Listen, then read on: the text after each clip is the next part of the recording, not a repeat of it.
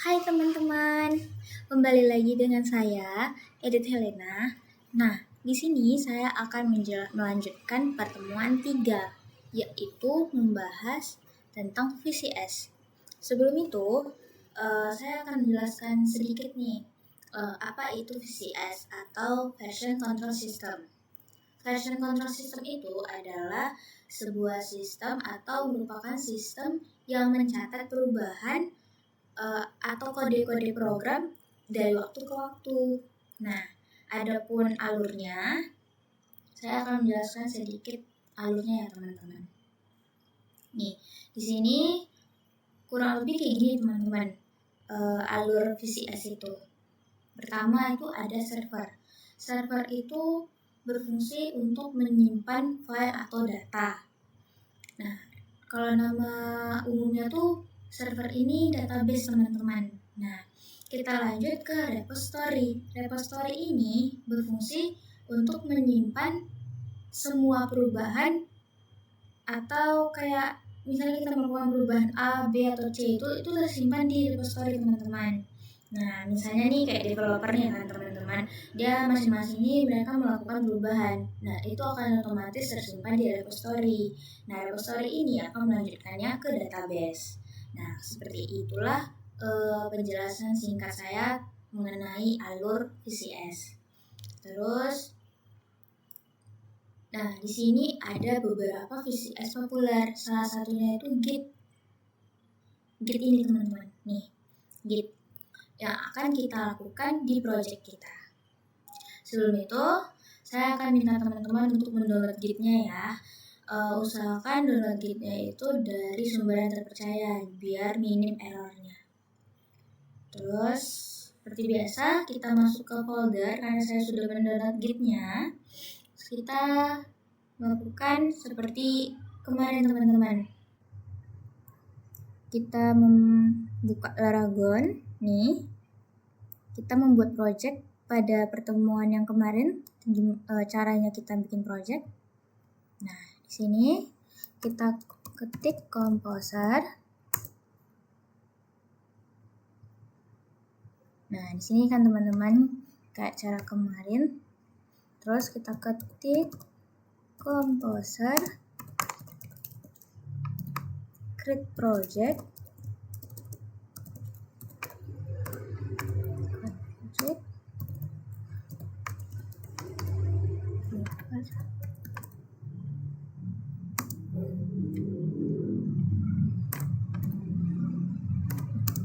This.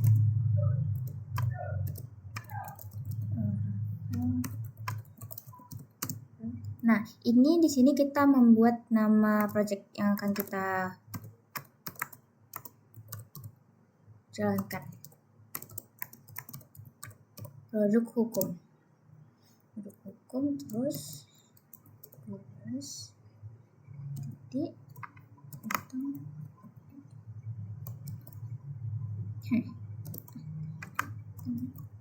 Nah, ini udah.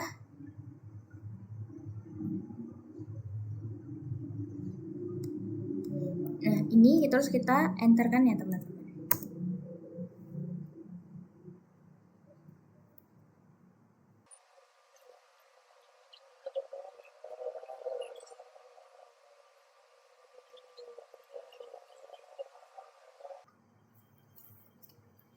Nah, ini udah terdownload ya teman-teman, atau kita udah berhasil membuat project baru. Terus kita keluar aja. Olahraganya kita hidupin dulu. Tuh. Terus kita ke Visual Studio Code.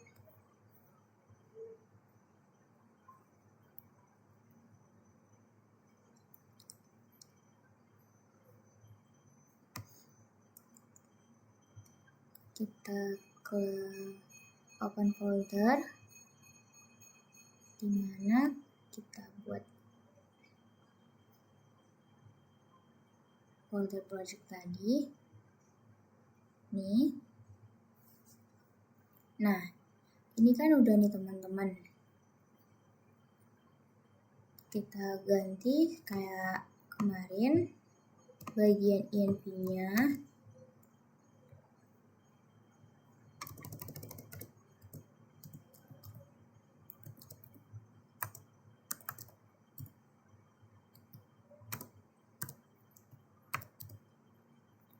Terus ini kita ubah menjadi MySQL. Nah, lanjut kita ke view, ke terminalnya. Nah, kita akan menjalankan Git yang udah kita download tadi teman-teman. Pertama tuh kita Git version dulu. Nah, di sini kan udah muncul nih teman-teman Git versionnya 2.51. Terus kita lanjut Git init.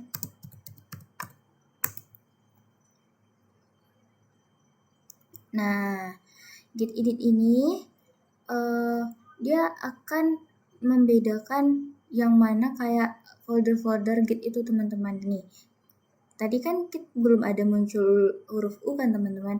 Nah, di sini dia akan memunculkan huruf U yang berarti itu kayak package-nya gitu teman-teman, kayak ke milik Git gitulah. Nah, lanjut kita Git status.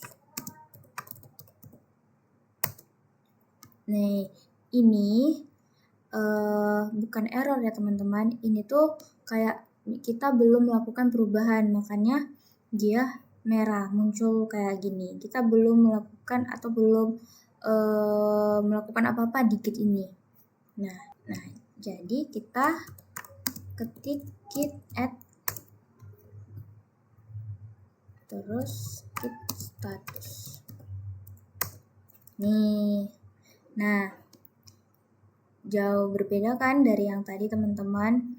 Nih, ini berarti kita sudah melakukan perubahan pada file. Makanya dia muncul new file. Terus yang tadinya U, dia A teman-teman. Berarti kita sedang melakukan perubahan atau kita mengaktifkan Git-nya itu. Nah, lanjut kita membuat nama kita atau folder kepemilikan Git tersebut. Nih, git config min local, terus user name, nama kita ya teman-teman. Nih, kurang lebih seperti ini. Lanjut kita masukkan juga email sama git config juga min local user email. Ini email kita.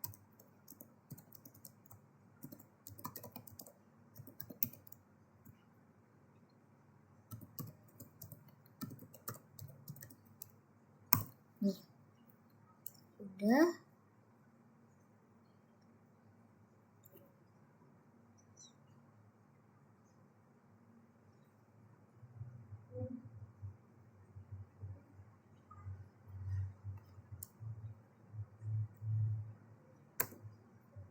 Nah, lanjut kita git config list. Nah, ini udah dimasukkannya kayak teman-teman nama kita, terus email kita juga udah terdaftar di sini. Nah, jadi udah ada deh file kita yang udah kita input itu. Terus ini kita tinggal tekan Q aja ya, biar kembali ke project kita. Nah, lanjut kita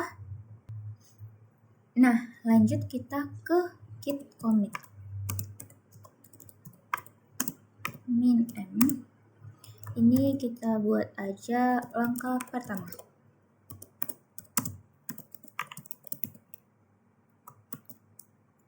Terus kita enter. Nah, ini kita membuat file gitu ya teman-teman, kita membuat file baru lah gitu. Terus di sini kita menggunakan master. Nah, karena awalnya saya menggunakan master teman-teman.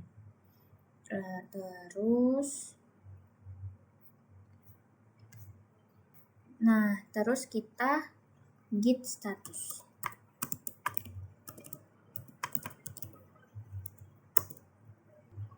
Itu artinya kita sudah selesai membuat perubahan di git ini. Kita tadi juga sudah, perubahannya itu kayak tadi teman-teman, kita menginputkan nama, terus kita menginputkan email. Nah, jadi git kita itu tidak lagi kosong ataupun merah. Nah, terus kita tinggal ke git log one line. Nah, nih. Terus karena kita sudah selesai lah kita berurusan dengan git, kita mengakhiri dengan git checkout. Git checkoutnya jangan lupa kita ambil ini,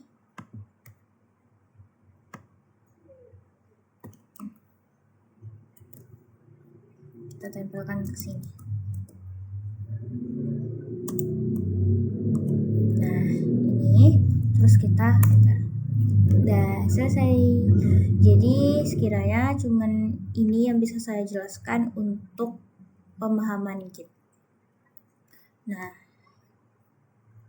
karena udah, kita lanjut ke passing data.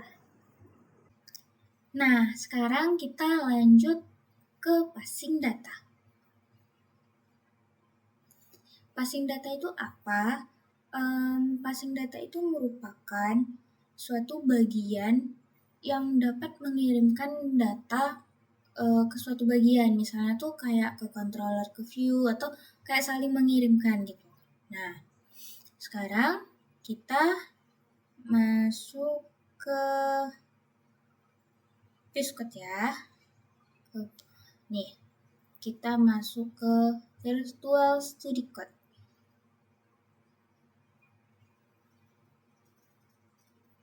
Nah, di sini karena saya udah membuat semuanya, jadi saya akan menjelaskan secara rinci dan jelas.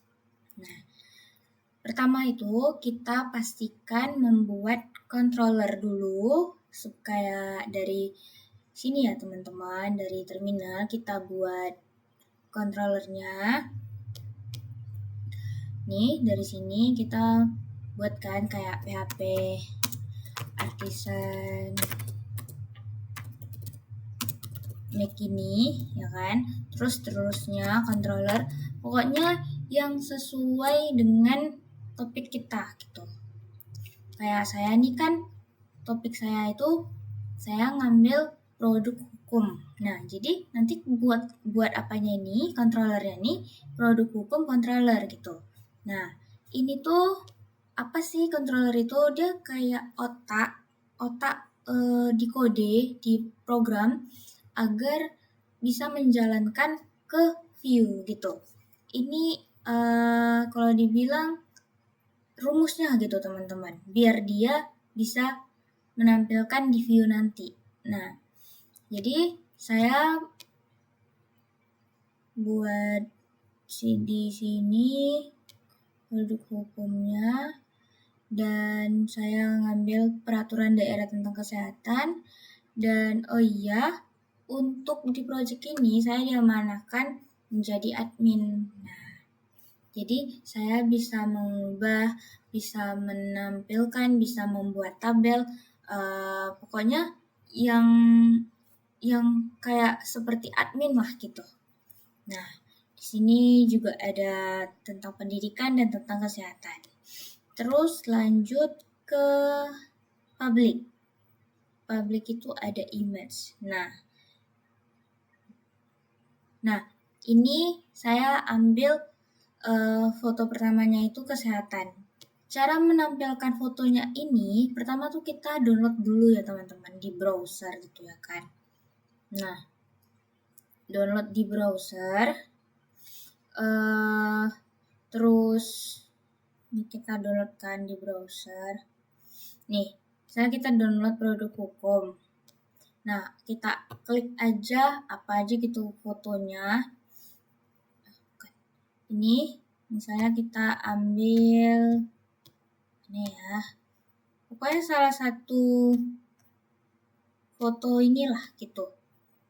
Kita ambil terus kita klik kanan sampai menampilkan nanti save image gitu. Nah, kayak gini. Terus kalau udah di save image gitu, itu akan tersimpan ke dokumen kita.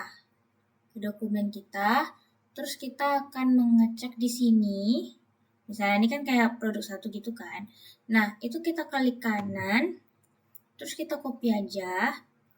Terus di copy, kita pergi ke VS Code, kita klik yang bagian image ini, terus sudah kita arahkan ke image, terus kita klik Ctrl V. Nah, habis itu dia akan menampilkan langsung. Jadi kita nggak perlu buat kayak di new file gitu ya teman-teman. Karena kalau kita buat di new file itu sama aja kita menampilkan file kosong. Nah, kalau dari ini dia langsung menampilkan ini. Nah, sama juga kayak produk 2. Ini tentang pendidikan. Lanjut kita ke research terus ke view. Ini yang tadi saya bilang, saya sebagai admin dan di dalam admin itu saya membuat topik saya produk hukum, produk admin. Nah, ini tuh semuanya ini teman-teman itu tampilan. Nah, seperti kita tadi udah membuat image kan, udah membuat foto, itu kita taruh di sini teman-teman, di produk hukum Blade PHP atau sesuai topik teman-teman nih. Dan intinya Blade PHP ini akan sangat sensitif jika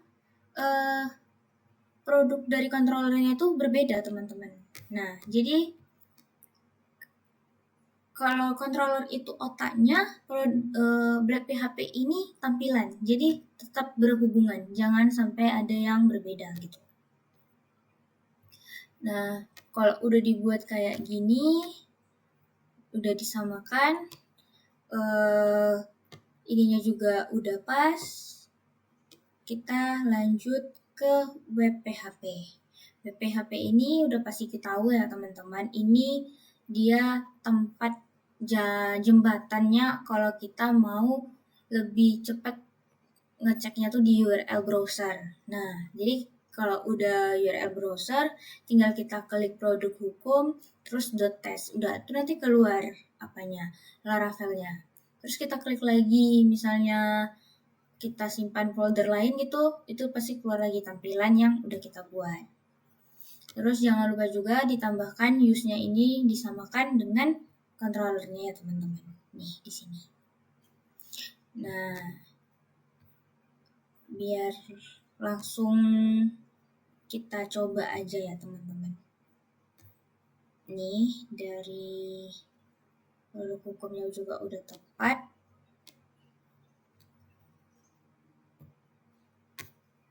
Nah, iya teman-teman.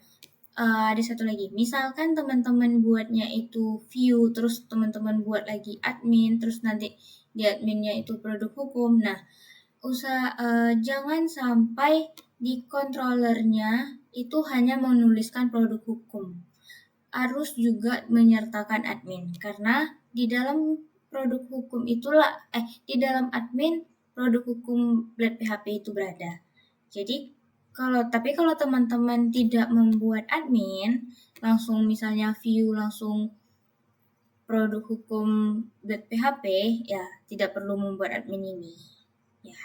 Intinya kita harus lebih teman-teman lebih jeli gitu lihat codingan kita. Nah, sekarang kita coba jalankan. Pertama kita klik PHP Artisan Survey dulu untuk mengecek Laravel kita itu jalan atau enggak. Nah, ini jalannya ya teman-teman. Terus kita tinggal klik produk hukum. Nah, ini teman-teman. Nah, dia akan menampilkan sesuai tabel yang kita buat. Pertama kita membuat namanya tuh struktur produk hukum, terus ada fotonya juga. Pertama itu fotonya kesehatan, terus yang kedua itu pendidikan, ada nomor, judul, tanggal, ringkasan, dan kalau misalnya ada lampiran juga kita bisa ngecek filenya. Nah, karena ini percobaan, jadi filenya ini pasti saya buat masih kosong gitu. Karena ini hanya sebagai alur biar teman-teman tahu aja gimana caranya menjalankan passing data itu. Controller ke view atau view ke controller. Baik, mungkin sampai situ aja yang bisa saya jelaskan, yang bisa saya kasih tahu tentang pemahaman dari Git ke passing data, terus ke Blade PHP-nya juga. Nah, harapan saya semoga teman-teman bisa paham dengan yang saya kasih tahu. Terus saran saya misalnya ada error-error gitu atau misalnya codingannya juga nggak tepat, itu nggak apa-apa teman-teman, namanya masih belajar ya kan. Nah, jadi tetap semangat. See you, terima kasih.